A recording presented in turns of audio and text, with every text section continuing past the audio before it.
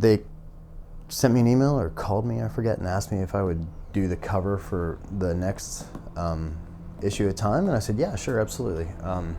What is it? And they said, well, we can't say what it is, but we want you to make a portrait of Barack Obama. And I'm like, okay, the only mystery at Time Magazine is the Person of the Year issue.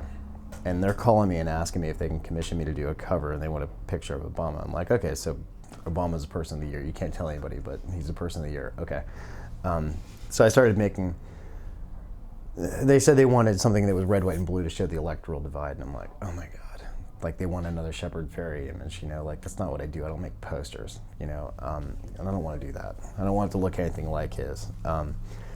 So I started making all these different works and incorporating red and blue in it to show the electoral divide, which I didn't think was really the right way to go about depicting Obama, but they felt like it was at the time. So I started making all these different sculptures and portraits of Obama, incorporating red, white, and blue in various ways.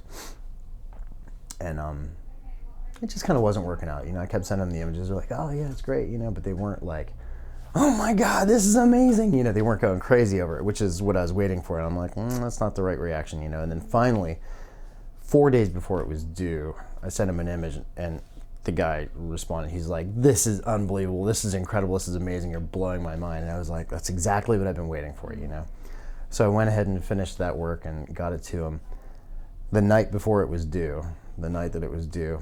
And they said, well, okay, we got it. It's fantastic.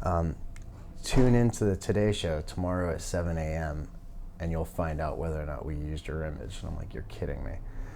So I'm sitting there at a gas station because I don't have a TV. Sitting there at the gas station eating this really crappy sausage, egg, and cheese biscuit and watching the Today Show. And he holds it up, and it's just not my work. But I understand if they can't go in that direction because they're in this business where they've got to make these decisions, and they got to make them on the fly, and they have to do what's right, and sometimes people's feelings will get hurt, promises might get broken, and I understand that's okay. Murphy has plans of continuing as an artist after his final semester here at Georgia College this spring of year 2013. I'm not actually where I want to be with my career yet. Like, public art is a niche that I want to be tapped into, and I kind of want to dominate it, because there's really not very many people applying for public art projects, and there's millions and millions of dollars every year in the United States for public art projects.